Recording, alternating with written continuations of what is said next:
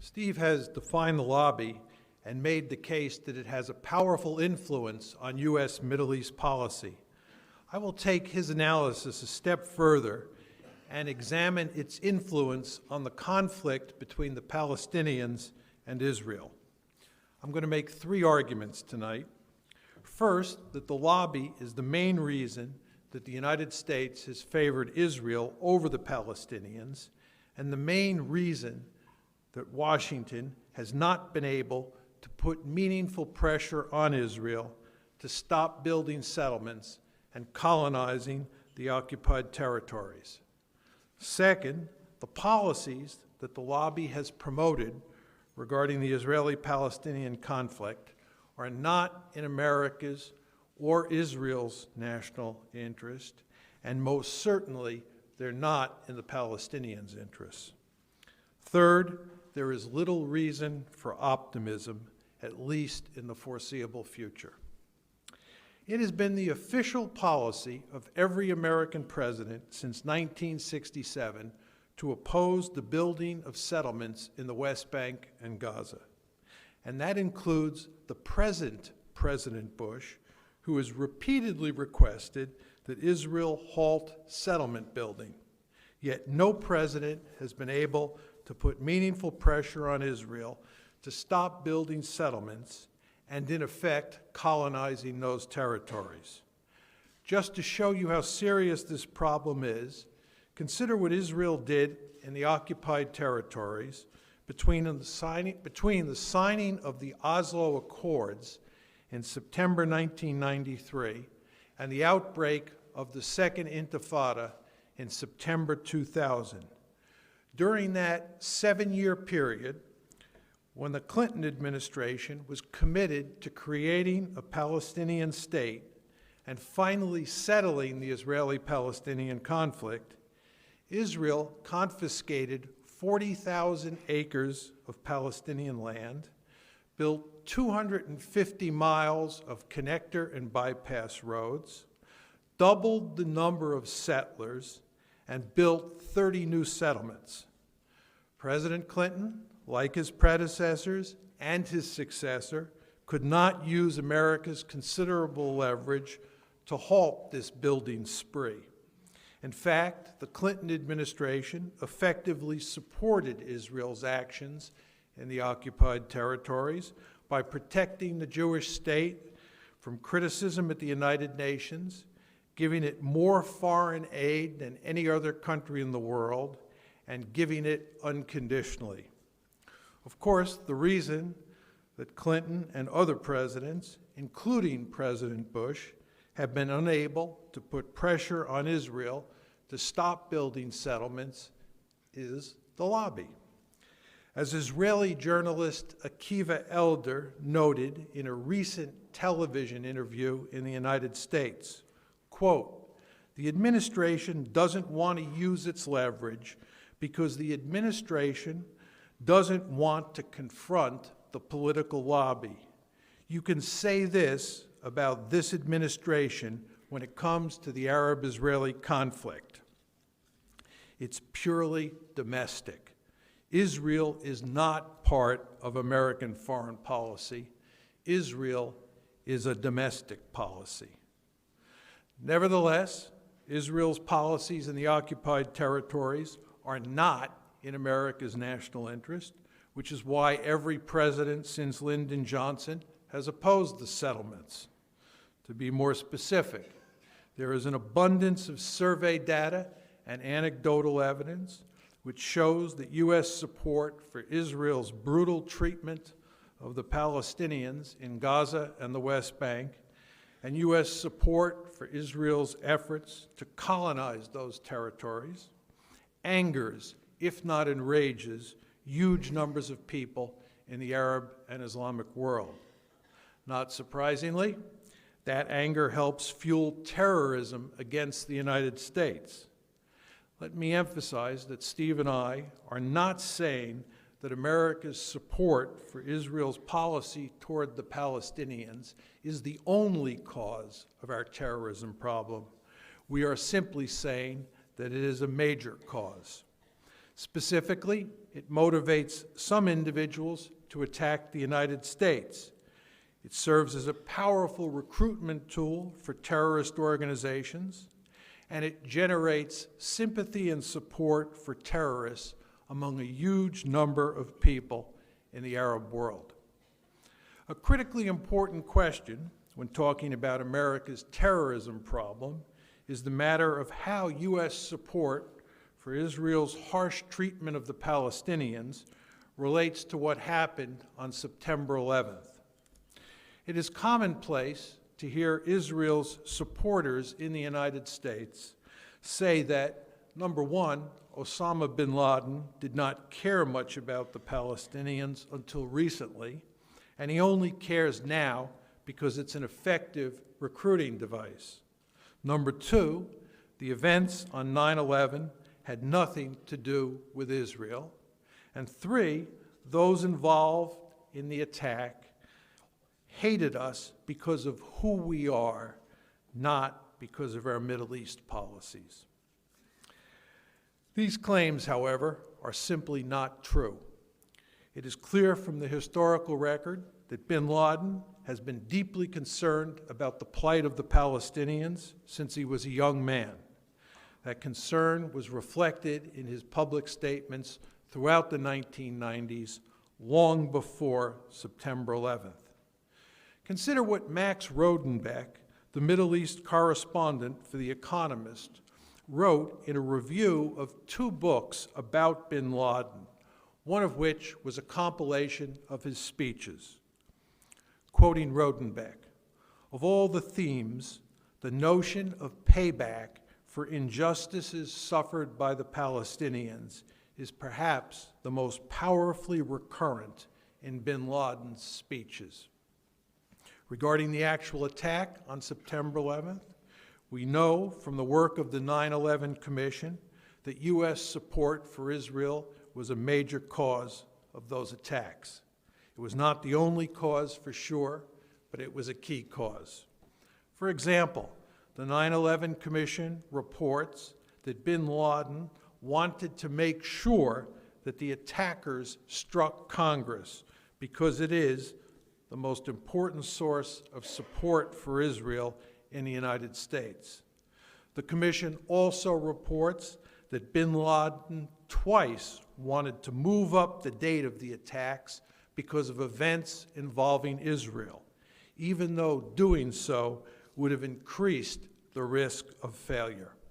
Finally, and perhaps most importantly, consider what the 9/11 Commission says about the motives of Khalid Sheikh Mohammed, who it describes as the principal architect of the attacks. Quoting from the Commission report, "By his own account, KSM's animus towards the United States stemmed not from his experiences there as a student, but from his violent disagreement with U.S. foreign policy favoring Israel." It is hard to imagine more compelling evidence of the role that U.S. support for Israeli policy toward the Palestinians played in inspiring the September 11th attacks. In short, the special relationship between Jerusalem and Washington is helping to fuel America's terrorism problem, not solve it. Let's now consider where Israel's policies in the occupied territories are likely to lead. As things now stand, it is hard to see how there can be a meaningful two-state solution. The root of the problem is that the Israelis control huge portions of the West Bank, and they show little interest in giving that land to the Palestinians.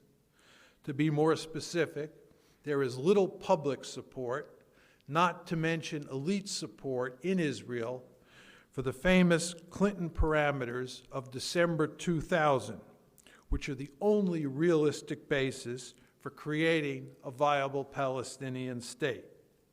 And there is little reason to think that this situation is going to change anytime soon. The United States is certainly not going to put pressure on Israel to leave the West Bank. and Israel is likely to continue building roads and settlements on the West Bank while the United States continues to support it unconditionally. This discussion raises the obvious question: what does Israel's future look like in the absence of separate Jewish and Palestinian states living side by side? Given present circumstances, there are three possible alternatives, all of which involve creating a greater Israel, which means an Israel that effectively controls both the West Bank and Gaza. In the first scenario, Greater Israel could become a democratic binational state in which both Palestinians and Israeli Jews enjoyed equal political rights. This solution has been suggested by a handful of Jews and a growing number of Palestinians. The practical obstacles to this option are daunting, however, and binational states do not have an encouraging track record. Moreover, this option means abandoning the original Zionist vision of a Jewish state, since the Palestinians would eventually outnumber the Jews in Greater Israel. There is little reason to think that Israel's Jewish citizens would voluntarily accept this solution, and one can also safely assume that individuals and groups in the lobby would have virtually no interest in this outcome. Second, Israel could expel most of the Palestinians from Greater Israel, thereby preserving its Jewish character through an overt act of ethnic cleansing. Although a few Israeli hardliners have advocated variants on this approach, to do so would be a crime against humanity, and no genuine friend of Israel could support such a heinous course of action. It is worth noting that there are almost 5.2 million Palestinians in the lands that would comprise Greater Israel, and they would surely put up fierce resistance if Israel tried to expel them from their homes. This form of ethnic cleansing would not end the conflict, however. It would merely reinforce the Palestinians' desire for vengeance and strengthen those extremists who still reject the existence of Israel. The final alternative, which is the most likely, is some form of apartheid, whereby Israel continues to increase its control over the occupied territories, but allows the Palestinians to exercise limited autonomy in a set of disconnected and economically crippled enclaves. Israelis and their American supporters invariably bristle at the comparison with white rule in South Africa. But that is the future they face if they try to incorporate the occupied territories into Israel while denying full political rights to an Arab population that will soon outnumber the Jewish population in the entirety of the land. Prime Minister Ehud Olmert said as much when he proclaimed earlier this year that if the two-state solution collapses, Israel will, quote, face a South African-style struggle. That's Ehud Olmert speaking. He went so far as to argue that as soon as that happens, the state of Israel is finished. To escalate the repressive policies that have already cost it significant blood and treasure, encouraged political corruption at home, and badly tarnished its global image. These three possibilities are the only alternatives to a two-state solution, and no one who wishes Israel well should be enthusiastic about any of them. Thus, I would ask, would it not have been better for Israel if the United States had long ago pressured it to stop building settlements and allow for the creation of a viable Palestinian state? But this did not happen, and it will not happen, because the lobby makes it impossible for American leaders to use the leverage at their disposal to put pressure on Israel. In short, the lobby has pushed policies regarding the Israeli-Palestinian conflict that are in neither America's national interest nor Israel's. Above all else, Israeli policy in the occupied territories has had devastating consequences for the Palestinians. There is no question that Israel's ruthless treatment of the Palestinians is fundamentally at odds with widely accepted notions of justice and decency. Imagine a situation where the roles were reversed and a powerful Palestinian state was taking land away from Jewish inhabitants and brutalizing them in the process. There would rightfully be a storm of protest in the United States and across Europe, and tremendous pressure would be brought to bear on that Palestinian state to immediately cease exploiting the Jews and permit them to have a state of their own. But when Israelis colonized the West Bank and effectively turned Gaza into a giant prison for the Palestinians who lived there, the United States government not only does not protest, it backs Israel to the hilt. And most Americans offer hardly a word of protest about Israel's actions in the occupied territories, even though most of them believe that their country is a beacon of light in an otherwise dark world. But they are wrong, at least in this case, and history will judge the United States harshly for helping Israel to brutalize the Palestinians and build an apartheid state on their land. Thank you.